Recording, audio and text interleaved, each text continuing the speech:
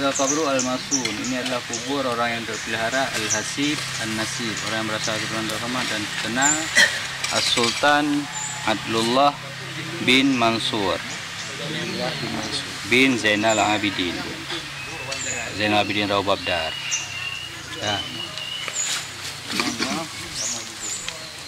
Hadzal qabru al-nasib al-maghfur as-sultan wa huwa as-sultan Adlullah. Dia Abdullah,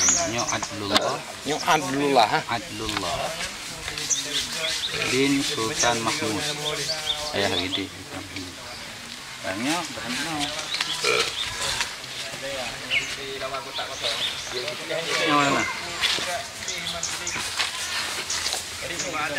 Hadzal qabru al-hasib an-nasib, ini adalah kubur orang yang berasal dari Tuhan terhormat dan nasab mulia, As-Sultan Hujah Ahmad. Sultan Hujah Ahmad.